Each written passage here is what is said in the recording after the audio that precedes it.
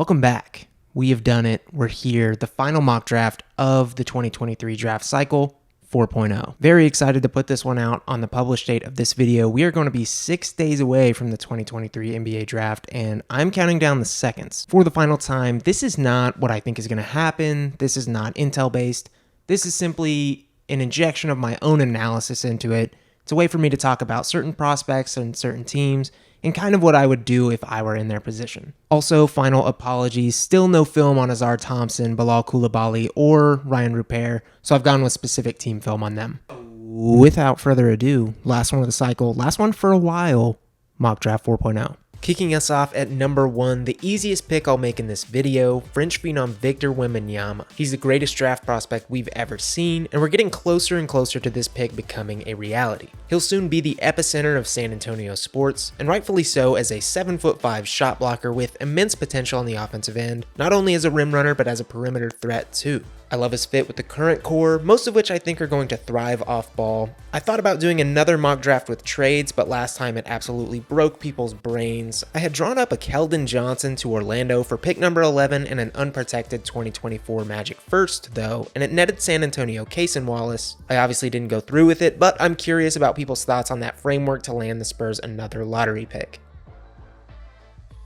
Charlotte is allegedly leaning 60-40 on taking Brandon Miller over Scoot Henderson here. I'll continue to shout it from the rooftops. Scoot is the second best talent in this draft, and his fit with Charlotte is incredibly overblown. I'd take my chances on the offensive dynamo here. There are some interesting trades being thrown around and reported out there. Brandon Ingram might move the needle for me here, I would consider that, but for the most part, if you have tens of teams calling about a player, it probably bodes well for that player's future.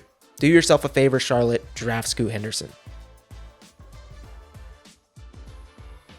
In my last mock, I gave a pretty hard pitch on why the Blazers should just trade Damian Lillard, blow it up, and move into a new era. For this one, I'm going to operate under the assumption that it is going to remain Dame time in Portland, so I've opted to go with Brandon Miller. He fits great next to Dame, and even Anthony Simons and Shaedon Sharpe for that matter, as a strong shooter, defender, and tertiary passer playmaker. He's already old for the class, so we could offer a bit more win-now injection than people think. Down the line, if they do decide to offload Dame, all you have to do is surround Miller, Sharpe, and Simons with a true facilitating point guard, and you've got yourself a decent squad. I've harped on Portland here before, but Miller is a fine selection.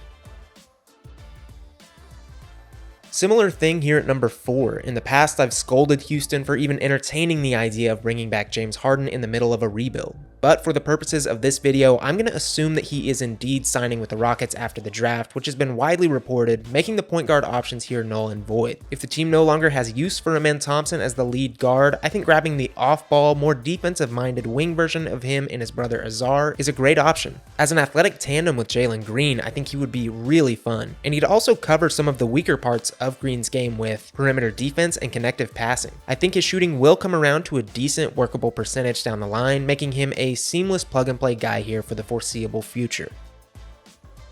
One of the least flashy top 5 picks in recent memory, Houston's Jarris Walker might not jump out to Pistons fans as the favorite here, but as I went over in my Pistons draft guide, I think he's a perfect option between upside swing and win now piece. He's got the stifling, projectable defense that can immediately help the team win games, and some face-up offense and connective passing somewhere deep inside waiting to be harnessed that was really apparent via his high school tape. He's got a shade of Draymond Green to his game, and I think a defensive specialist with passing chops and scoring potential next to soon-to-be hyperscorers Cade Cunningham and Jaden Ivey would be awesome. Plus, big actions with Jarris facilitating to Jalen Duren gets me going.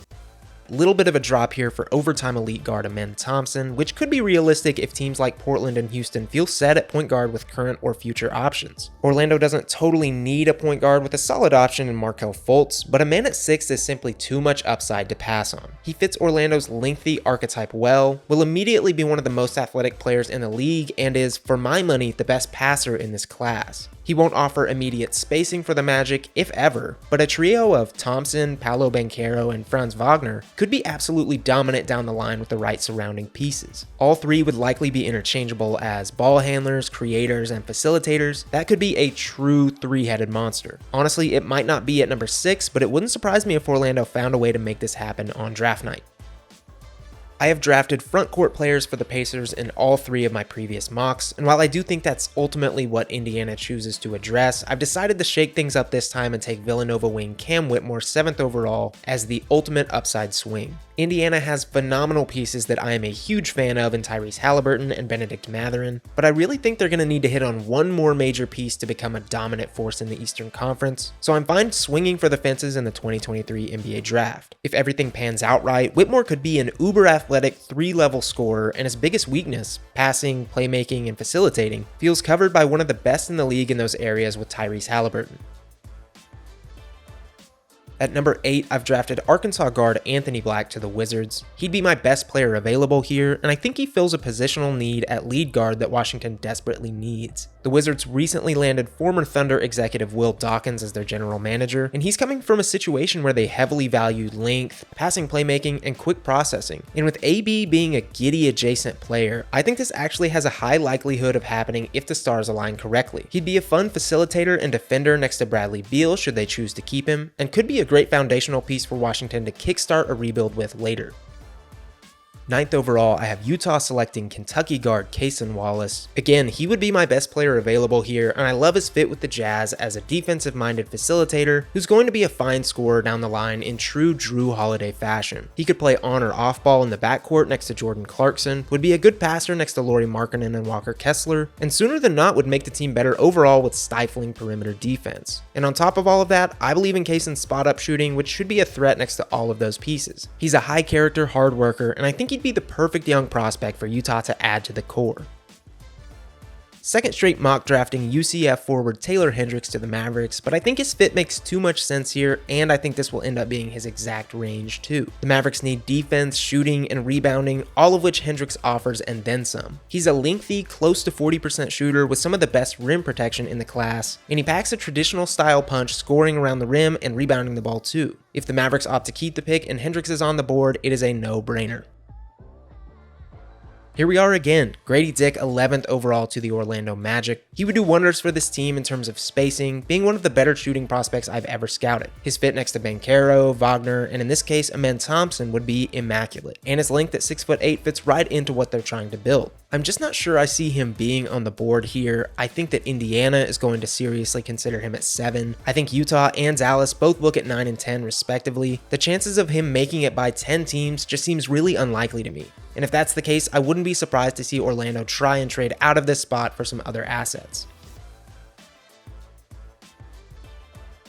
12th overall, I've drafted Keontae George to the Oklahoma City Thunder. There are a multitude of options flying around for OKC here, but I think George is the best player available, and I don't yet think the team is ready to draft fully for fit. 2 seasons ago, the Thunder drafted Trey Mann 18th overall, so I do think to some degree they value these microwave scorers who can put emphasis on other skills like defense and passing. George isn't adept in those areas yet, but he seems keen on improving in them and offers offensive skills like shot making and skilled 3-point shooting that most players simply don't have. I like George as a prospect, and I like this fit for a team who is continuing to load up on talent.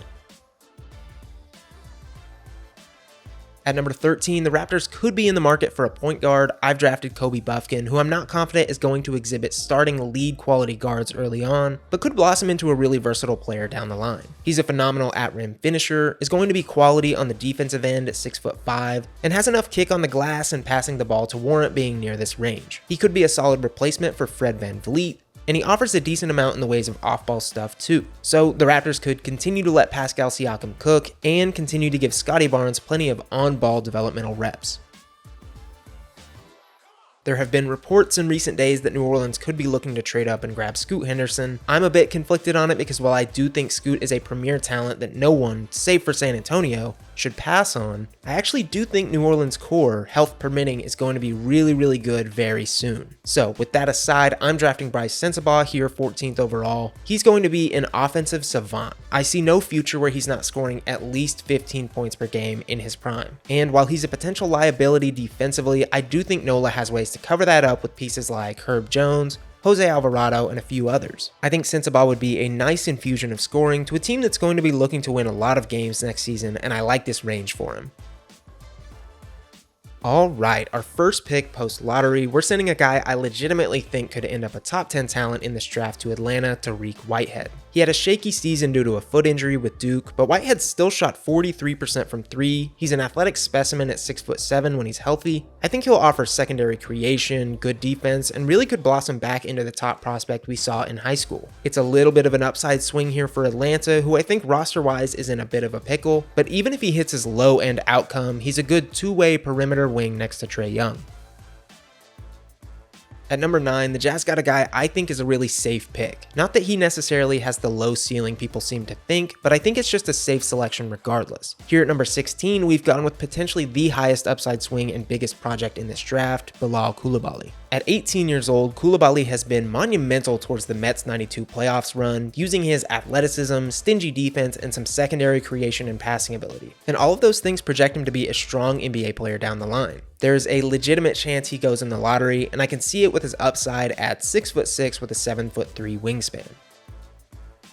The Lakers were the 27th ranked three-point shooting team in the regular season last year, so at 17 I have them drafting UConn guard Jordan Hawkins, who has solid claim to being the best shooter in this draft. He shot 38% on 7.6 attempts per game and is one of the best movement shooters we've seen pass through the draft ranks in some time. With guys like LeBron James and Anthony Davis, Hawkins would be free to zoom around, focusing primarily on shooting, lulling people to sleep via that, and putting in lots of defensive effort. He should be a solid immediate plug-and-play guy wherever he lands, despite not totally having the ceiling lots of teams are searching for in this range. On a similar note, I'm drafting Michigan hybrid Jet Howard to the Heat at number 18. While they do need some frontcourt help, they're set to lose at least some of the shooters that got them to the NBA Finals, and I think surrounding Jimmy Butler with that has thus far proved to be a recipe for success. Howard is 6'8", will space the floor well, he shot 37% on 7.3 attempts, and has the ability to put the ball on the floor, which is another similar trait that most of these Miami shooters in their run had. He might not be as immediate a contributor as Hawkins, but I like his upside a bit more down the line. At number 19, I have Golden State drafting Duke's Derek Lively. I think they've shown to value this archetype before in selecting James Wiseman a few years back, and I think Lively plugs in well regardless of roster construction as a shot blocker and rim runner. Golden State's roster could see a pretty massive shakeup in the coming seasons, and Lively offers a cheap plug-and-play center that will likely see more consistent minutes in the near future over other project-type guys in this range. I personally don't buy into the Lively lottery hype whatsoever. He's a phenomenal rim protector, and down the line he may add good drop coverage and some offensive wrinkles to his game, but I think 15 to 25 is going to be his range on draft night.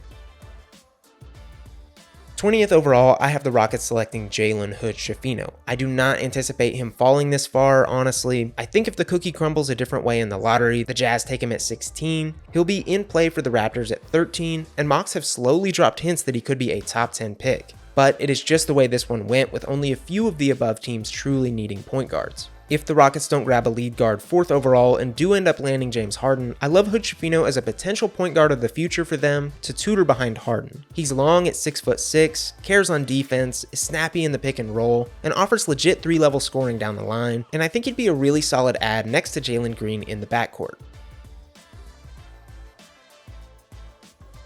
I think the Nets need to address a few different things in this draft, so I'm starting with guard and drafting Nick Smith Jr. 21st overall. I'm not massively high on Smith personally, but if you're going to take an upside swing at guard in the first round, look no further. He has the potential to be a strong 3-level scorer, and he can mix and match as a combo guard. I really like the Nets' current roster, but I think they need another legitimate star, so I'm fine with going big or going home here. And I think even his low-end outcome works fine as a shooter next to Bridges, Johnson, should they retain him, and even Cam Thomas.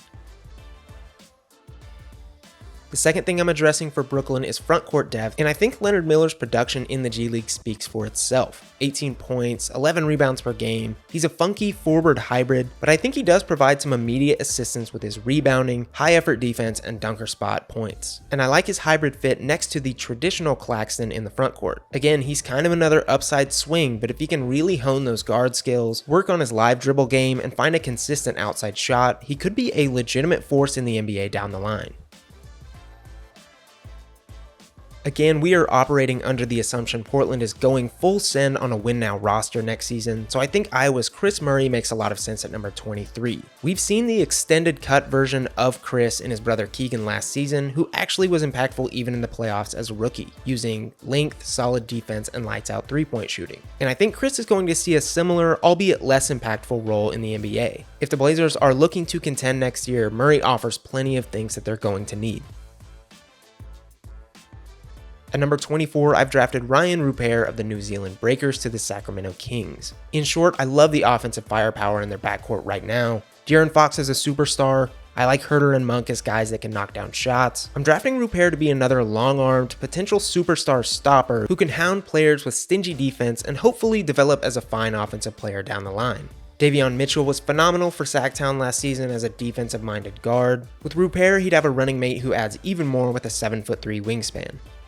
We have Pepperdine forward Maxwell Lewis going to Memphis at number 25. I think he fits their recent mold of drafting do-it-all guys who can slot into multiple role player positions, and I think he could function as a mini Dylan Brooks replacement with less defensive impact and slightly more of a scoring punch down the line. There's a real chance Lewis develops into a really nice piece in the future, and in the least he'll offer shooting and defense for a Grizzlies team in the title hunt. This was my first mock opting for a wing in the lottery for Indiana, so I've addressed the front court here with Alabama's Noah Clowney. Statistically, he wasn't the most eye-popping prospect at Alabama, but he's a fluid, lengthy, versatile forward who's going to have a lot of impact defensively and showcase some offensive capabilities that I think can safely project him as a first rounder. Betting on his shooting is a huge gamble, and honestly I'm skeptical that ever comes around, but Turner can stretch the floor and that's a pretty versatile front court tandem. In the least, he'll be a high-effort rotational big. At number 27, I'm drafting another G League talent to the Charlotte Hornets, CD Sissoko. At 6'7"-ish, Sissoko is a really powerful wing that I think could eventually slot into the lineup as a highly athletic defender, tertiary handler, and passer playmaker. I really buy a lot of Sissoko's game. He's a physical, versatile, smart player, but in order to thrive, the three-point shot's going to have to come around. I do like a late first shot on him if you think you can develop him in a few key areas. Another one being off-ball defense. I think that his fit next to Scoot and LaMelo would be fun. So far in this mock, the Jazz have landed Cason Wallace and Bilal Coulibaly. With their third and final first-round pick, I've decided to go with an upperclassman and someone who I think will have immediate and long-term success in the NBA, Colby Jones. We went with the biggest swing in the draft at 16. Here we have a guy who should be able to slot into the rotation really quickly and offer all sorts of things: rebounding, passing, and three-level scoring. I like him as a backcourt fit next to Wallace and Utah's host of other guards, or a small ball forward with some do-it-all tendencies.